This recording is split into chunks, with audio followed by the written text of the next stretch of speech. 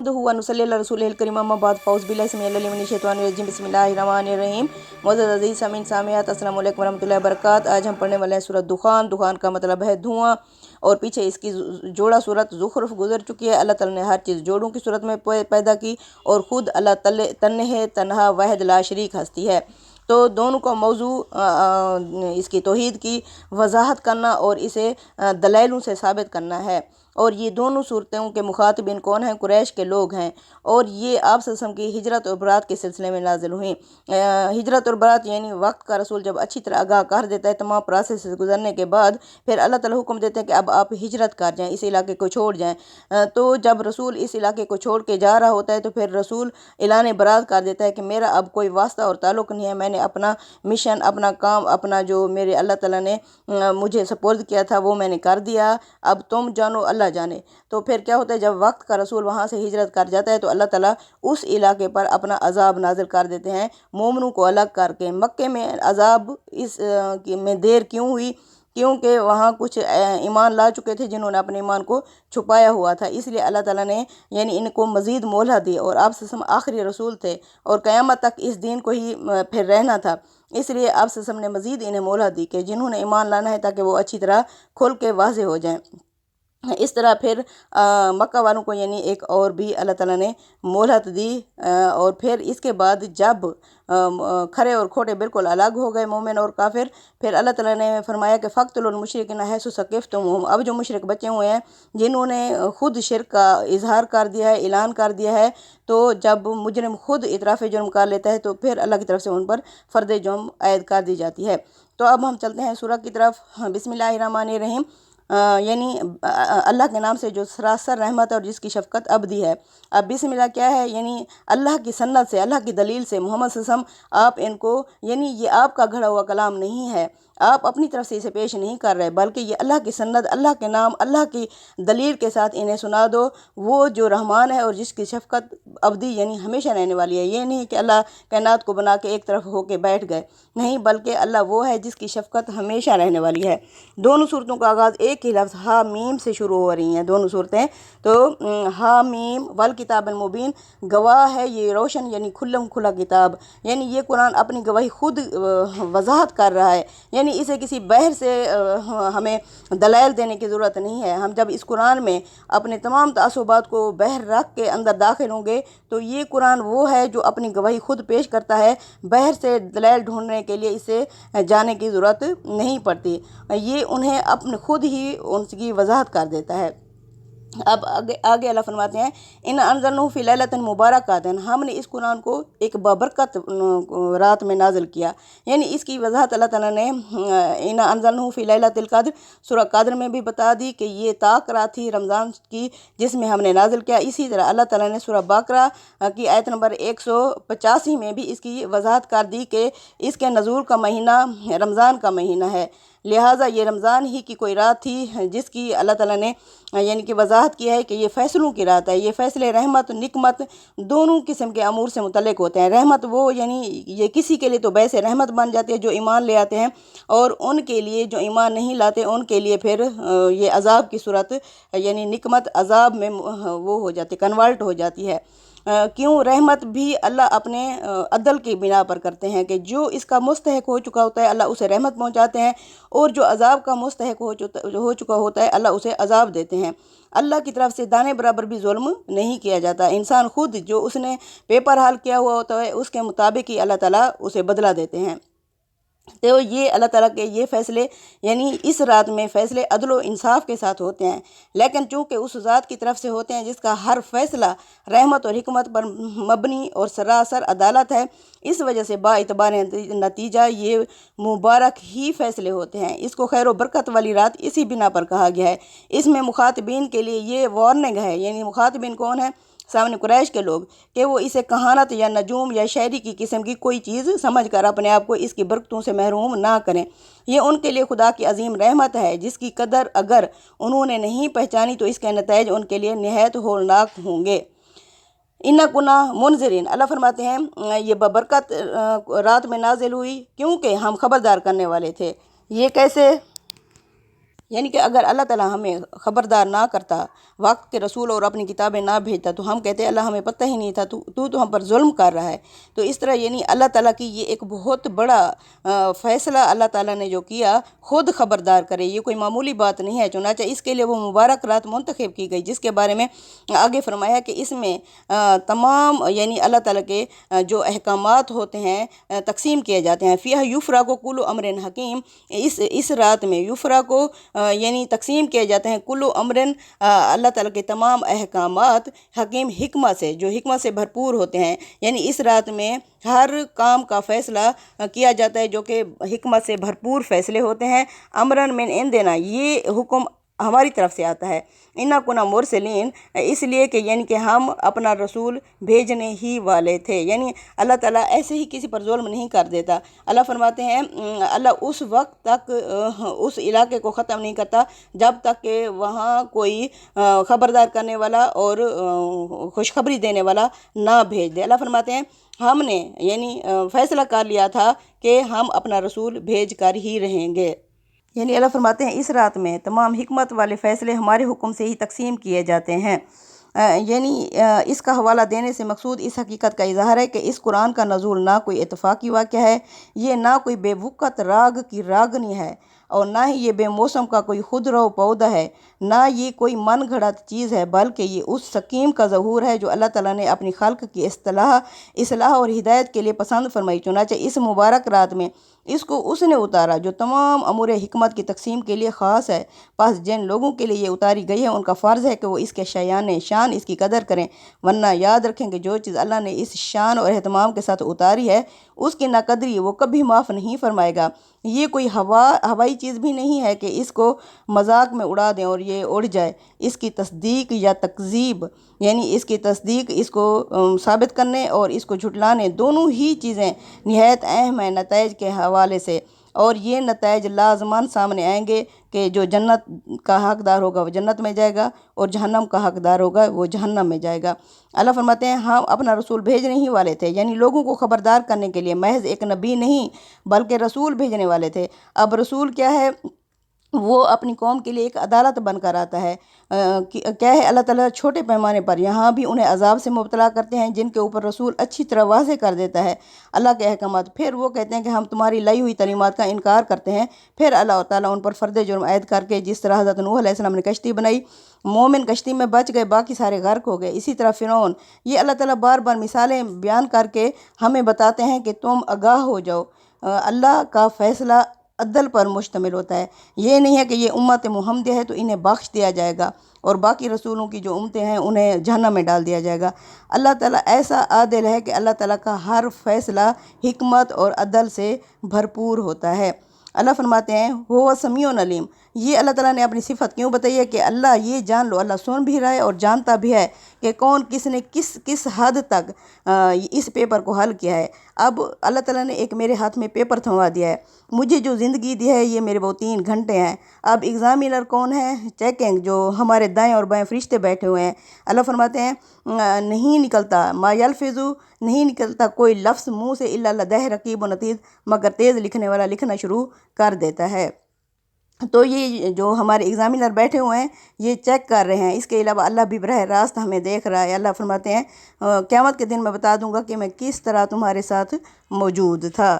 اب اللہ فرماتے ہیں رب السماوات والارض، یعنی وہ رب کون ہے جس نے اس قرآن کو نازل کیا، جس نے اتنا اہتمام کیا؟ وہ رب ہے آسمانوں اور زمینوں کا، وما بینہما، جو کچھ ان دونوں کے درمیان میں ہے، ان کا، ان کنتم موقنین، اگر تم یقین کرو۔ لا الہ الا ہوا، اللہ وہ ہے جس کے سوا کوئی معبود نہیں، یحیی و یمیت، وہی زندگی دیتا ہے وہی موت دیتا ہے۔ ربکم و رب آبائکم الاولین، جو رب ہے تمہارا اور تمہارے پہلے باپ داداؤں کا، وہی رب ہے۔ آگے آیت نمبر 9 میں اللہ فرماتے ہیں بل ہم فی شک یلعبون، بلکہ یہ قریش کے لوگ یہ ماننے والے نہیں ہیں بلکہ یہ شک میں پڑے ہوئے ہیں اور شک اور کھیل میں پڑے ہوئے ہیں۔ فرتقب، پس آپ انتظار کرو، یوم تاتی السماء بدخان مبین، جس دن آسمان ہو جائے گا کھلم کھلا، سرہی دھواں بن جائے گا، یغشی الناس، یہ چھا جائے گا لوگوں پر، ھذا عذاب علیم، اور اس میں دردناک عذاب ہوگا۔ استغفر اللہ۔ यानी अल्लाह फरमाते हैं ये खेल और तमाशे में पड़े हुए हैं। अब दुनिया की ज़िंदगी क्या है, एक खेल और तमाशा है। इसकी एक ड्रामाई शक्ल है, जैसे ड्रामे के अंदर रोल दिए जाते हैं। किसी को बादशाह का दे दिया जाता है, किसी को फ़कीर का, किसी को बिजनेसमैन का। इस तरह ये दुनिया की ज़िंदगी ऐसे ही है। अगर अल्लाह ताला ने यहाँ किसी को किरदार जो भी दिया है, अल्लाह देख रहा है कि ये इस किरदार के साथ ये मेरा पेपर जो इसके ऊपर ये सवाल आया हुआ है, ये इसे किस तरह हल करता है। अल्लाह फरमाते हैं ये इतनी संजीदा मामला है और इनका रवैया क्या है, एक ऐसे जैसे कि खेल तमाशे में पड़े हुए हैं, संजीदा ही नहीं हो रहे, समझ नहीं रहे। इतनी बड़ी कायनात को बना के अल्लाह ताला ने क्या खेल तमाशा करने के लिए ये सारी चीज़ें बनाई हैं। अल्लाह फरमाते हैं बस इंतज़ार करो जिस दिन आसमान खुल्लम खुला सरी धुआं बन जाएगा। ये कैसे बनेगा धुआं? इसकी शक्ल ये होती है कि ये स्याह गुबार का एक सतून सा आसमान की तरफ उठता नज़र आता है। इस गुबार में जब तक सूरज बिल्कुल छुप नहीं जाता, उसकी शुआएं भी उसके अंदर बिल्कुल रल मिल जाती हैं, जिससे देखने वालों को ऐसा मालूम होता है कि किसी जंगल में आग लगी हुई है, जिसका धुआं आसमान तक उठ रहा है। फिर जब हवा का ज़ोर बढ़ता है और ये तूफ़ान किसी तरफ का रुख करता है, तो मालूम होता है कि अब्र स्याह छा रहा है जो बस बरसने ही वाला है। फिर ये एक होलनाक शक्ल इख्तियार कर लेता है और बस्तियों को रेत और कंकर पत्थर की बारिश से ढांक देता है। अस्तगफिरुल्लाह। आयत नंबर 11 में अल्लाह फरमाते हैं यगशन्नास, ये छा जाएगा लोगों के ऊपर, हाजा अजाबुन अलीम, इसमें दर्दनाक अजाब होगा। यानी ये क़यामत के मुंतज़िर हैं या इस दुनिया के अजाब के मुंतज़िर हैं, तो ये ऐसा दर्दनाक अजाब होगा। उस वक्त ये कहेंगे आयत नंबर 12 में रब्बा नकशिफ अन्नल अजाब, आए हमारे रब हटा दे हमसे अजाब, इन्ना मुमिनून, अब हम ईमान लाते हैं। हर इंसान, फ़िरौन जैसा सरकश भी जब मर रहा था तो उस वक्त उसने कहा अब मैं ईमान लाता हूँ। अब ईमान लाने की क्या कैफियत होती है, यानी क्योंकि दुनिया का जो नज़ारा होता है, सीन होता है, वो इंसान के आगे मिट जाता है, आखरत सामने नज़र आने लग जाती है। आखरत के बहुत सारे हक़ाइक़ इंसान के सामने आ जाते हैं, तो उस वक्त इंसान कहता है कि अब मैं यकीन लाता हूँ, अब मैं ईमान लाता हूँ। लेकिन अल्लाह फरमाते हैं उस वक्त उसे ईमान लाने से कुछ भी हासिल नहीं होता, क्योंकि उसने हकीकत को देख लिया होता है। ऐसे ही जैसे कहते हैं कि क़यामत के नज़दीक एक जानवर निकलेगा, जानदार निकलेगा, जो इंसान को बताएगा कि यानी कि कौन सा फ़िरका ठीक है। तो उस वक्त इंसान कहेगा कि मैं ईमान लाता हूँ। लेकिन उस वक्त ईमान लाने से क्या फ़ायदा, बिलफ़र्ज़ उस वक्त कुछ मखसूस लोग बचे हुए होंगे। लेकिन मुझे ऐसे लगता है कि हर ऐसा सरकश इंसान जब मरने लगता है तो उस वक्त वो उसके सामने हकीकत सामने आ जाती है, तो उस वक्त वो उस हकीकत को समझ जाता है कि मैं गलती पर था। तो उस वक्त वो ईमान लाने की कोशिश करता है, लेकिन जो उसकी लिमिट होती है, चूँकि उसने पेपर हल वो जमा करा दिया होता है, तो उस वक्त फिर उसे मोहलत नहीं दी जाती। आगे आयत नंबर 13 में अल्लाह फरमाते हैं अन्ना लहुम ज़िक्र, अब इन्हें नसीहत पकड़ने से क्या मिलेगा। वक़द जाअहुम रसूलुम मुबीन, जबकि इनके पास आ चुके हैं खुलम खुला रसूल। यानी ये गैब का असलूब अल्लाह ताला ने बयान किया है कि इनके पास यानी दुनिया में रसूल आए थे, लेकिन उस वक्त इन्होंने नहीं माना था। अब इन्हें नसीहत पकड़ने से कुछ भी नहीं मिलेगा। सुम्मा तवल्लौ अन्हु, फिर उन्होंने मोहम्मद सल्लल्लाहु अलैहि वसल्लम इतनी बातें सुनने के बावजूद भी उससे मुंह फेर लिया। वकालू, और कहा मुअल्लमुन मजनून, ये तो सिखाया पढ़ाया महर जादूगर है। यानी नौज़ बिल्ला ये बौला हो गया है, इसे जनून लहक हो गया है, इसे दिन दिहाड़े भी अल्लाह का अजाब आता हुआ आसमान से दिखाई देता है और सुबह शाम ये उसकी रट लगाए रहता है कि इसके पीछे कोई हकीकत नहीं। ये बात वो दावत में नबी करीम सल्लल्लाहु अलैहि वसल्लम के इन्हमाक पर और अपनी बात पर आपके यकीन के अज़ान को देख कर कहते थे कि ये तो सिखाया पढ़ाया मजनू है। अब आगे आयत नंबर 15 और 16 में अल्लाह फरमाते हैं इन्ना काशिफुल अज़ाब कलीलन, हम थोड़ी देर के लिए इनसे अजाब हटाए देते हैं। इन्नकुम, तुम से, यानी कि इन्नकुम आइदुन, फिर तुम वही काम करोगे। बेलफाज ये अजाब को अल्लाह ताला मुलतवी कर दे, पोस्टपोन कर दे, तो अल्लाह फरमाते हैं फिर तुम वैसे के वैसे ही हो जाओगे, क्योंकि अल्लाह फिर वो वही भुला देगा जो पहले सीन इन्होंने देख चुके थे, फिर अल्लाह भुला देगा। फिर इंसान क्या होता है, गाफिल हो जाता है, फिर इन्हीं गुनाहों में फिर लतपत हो जाता है। यौमा नबतिशुल बतशातल कुबरा, जिस दिन हम पकड़ेंगे बड़ी पकड़, यानी आखरत की। इन्ना मुंताकिमुन, बेशक हम इनसे इंतकाम लेकर ही रहेंगे, यानी आखरत की पकड़। इसके लिए वो दायमी और अबदी अजाब होगा। अभी अगर अल्लाह दुनिया में टाल भी दे तो वो टलने वाला नहीं है। अल्लाह फरमाते हैं आगे आयत नंबर 17 में अल्लाह इसकी वजाहत وضاحت فرماتے ہیں وَلَقَدْ فَتَنَّا قَبْلَهُمْ، یعنی یہ بھی فرعون کے پیچھے پیچھے چل رہے ہیں، اس نے بھی ایسے ہی کیا تھا، ہم نے آزمایا ان سے پہلے قوم فرعون کو، وَجَاءَهُمْ رَسُولٌ کریم، ان کے پاس بھی اسی مقصد سے ایک معزز رسول یعنی حضرت موسیٰ علیہ السلام آئے تھے۔ حضرت موسیٰ علیہ السلام نے فرعون کو کہا ان ادو الیہ عباد اللہ، کہ میرے حوالے کر دو اللہ کے بندے، یعنی بنی اسرائیل کی قوم۔ بنی اسرائیل کی قوم کیونکہ پوری قوم ہی ایمان لائی تھی حضرت موسیٰ علیہ السلام پر، اسی طرح اللہ تعالیٰ نے انہیں اس وجہ سے فضیلت دی کہ وہ اپنے نبی کو ایمان لائے تھے اور مان لیا تھا۔ انی لاکم رسول امین، بے شک میں تمہاری طرف امانت دار رسول ہوں۔ حضرت موسیٰ نے فرمایا میں یہ اپنی طرف سے کوئی مطالبہ پیش نہیں کر رہا، مجھے یہ امانت خدا نے سپرد کیا ہے اور حکم دیا ہے کہ اسے بے کم و کاست تم لوگوں تک میں پہنچا دوں۔ اللہ تعالیٰ اللہ ہے، دیکھو سرکشی نہ کرو اللہ کے مقابلے میں، انی آتیکم بے سلطان مبین، بے شک میں تمہارے پاس واضح حجت، واضح دلیل، واضح نشانیاں لایا ہوں۔ سرکشی کا کوئی جواز نہیں بنتا جب میں واضح نشانیاں لے کے آیا ہوں۔ مطلب یہ ہے کہ جب یہ بات خدا کے سفیر اور پیغام بر کی حیثیت سے کہی جا رہی ہے تو سوچ لو، نہیں مانو گے تو یہ میرے مقابلے میں نہیں بلکہ خدا کے مقابلے میں سرکشی ہوگی، لہٰذا اس سے بچو۔ واضح نشانیاں کون سی تھیں؟ یہ عصا اور ید بیضا وغیرہ، یعنی وہ جو ہاتھ چمکنے لگ جاتا تھا سورج کی طرح، ان غیر معمولی معجزات کی طرف اشارہ ہے جو موسیٰ علیہ السلام کو فرعون جیسے سرکش اور جابر بادشاہ کی طرف بھیجتے ہوئے دیے گئے تھے، جو در حقیقت ان کے خدا کے سفیر ہونے کی ایک واضح دلیل تھی۔ اب آگے اللہ فرماتے ہیں آیت نمبر 20 میں وَإِنِّي عُوذْتُ بِرَبِّي وَرَبِّكُمْ، حضرت موسیٰ علیہ السلام نے کہا میں پناہ مانگتا ہوں اپنے اور تمہارے رب کے ان ترجمون، اس بات سے کہ تم مجھے سنگسار کرو، یعنی تمہارے پروردگار کی پناہ لے چکا ہوں اس سے کہ تم مجھے سنگسار کرو۔ یہ بات ظاہر ہے کہ انہوں نے اس وقت کہی ہوگی جب قریش مکہ کی طرح، جس طرح انہوں نے اللہ کے رسول صلی اللہ علیہ وسلم کے اوپر منصوبے بنائے ہوئے تھے، فرعون اور اس کے اعیان اور اکابر نے بھی، یعنی اس کے سردار وغیرہ نے بھی ان کے قتل کا ایسے ہی فیصلہ کر لیا تھا۔ وَإِلَّمْ تُؤْمِنُوا لِي، اس پر حضرت موسیٰ نے فرمایا کہ اگر تم مجھ پر ایمان نہیں لاتے فَتَعْزِلُونَ، تو یعنی میرا پیچھا چھوڑ دو، میری راہ چھوڑ دو، بنی اسرائیل کو جہاں بھی میں لے جانا چاہتا ہوں اس کے لیے تم میری راہ صاف کر دو۔ یعنی ایمان لاتے تو دنیا اور آخرت دونوں کے ساتھوں سے بہرمند ہوتے، لیکن یہ منظور نہیں ہے تو کم از کم اس سرزمین سے ہماری ہجرت کے راستے میں رکاوٹ نہ بنو۔ فَدَعَا رَبَّهُ، پس حضرت موسیٰ نے اپنے رب سے دعا کی اَنَّ هَؤُلَاءِ، یہ جو میری قوم کے لوگ ہیں، حضرت موسیٰ علیہ السلام یعنی مصری جو فرعون کے لوگ تھے، قوم مجرمون، یہ مجرم ہیں، یعنی یہ نہیں مان رہے۔ اللہ نے ان کی دعا قبول کی۔ اللہ نے فرمایا فَأَسْرِ بِعِبَادِي، پس لے چلو میرے بندوں کو، لیلاً راتوں رات، انکم متبعون، بے شک تمہارا تعقب یعنی پیچھا کیا جائے گا، یعنی اگرچہ فرعون نے اجازت دے دی ہے لیکن پھر بھی وہ تمہارا پیچھا کرے گا۔ وَاتْرُكِ الْبَحْرَ، دریا یا سمندر کو یوں ہی چھوڑ دینا، یعنی جس طرح خشک کیا ہوگا۔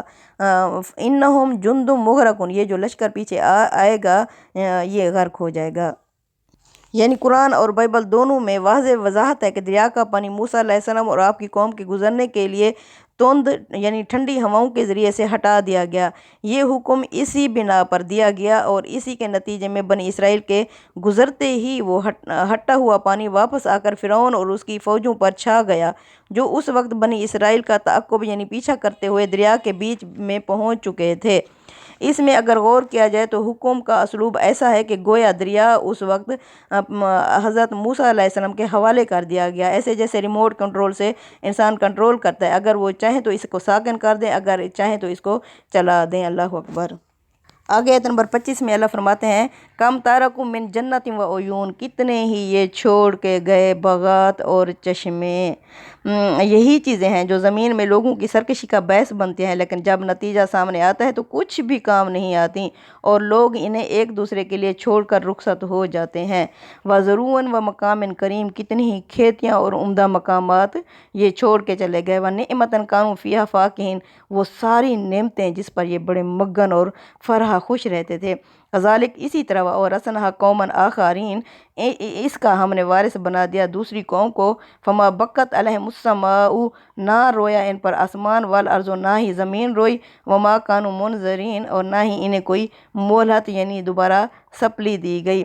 آسمان اور زمین رونے کی بجائے ایسے ہی انسانیت ایسے سرکشوں سے، ایسے فرعون سے خوش ہوتی ہے، زمین بھی خوش ہو جاتی ہے، آسمان بھی خوش ہو جاتا ہے، انسان بھی خوش ہو جاتا ہے جب ایسے سرکش اور جابر اور ظالم لوگ زمین سے نیست و نبود ہوتے ہیں۔ اللہ تعالیٰ ایسے جابروں کو تمام زمین والوں سے، یعنی تمام زمین والوں کو ایسے ظالم لوگوں سے اللہ تعالیٰ نجات دے۔ اس وقت جو ظالم اور جابر بنے ہوئے ہیں، جو کسی کی جان کی حرمت اور کسی کی عزت کی حرمتوں کو پامال کر رہے ہیں اور فساد فی الارض میں بنے ہوئے ہیں، اللہ تعالیٰ ایسے سب کو ہماری پاک سرزمین سے پاک کر دے، آمین یا رب العالمین۔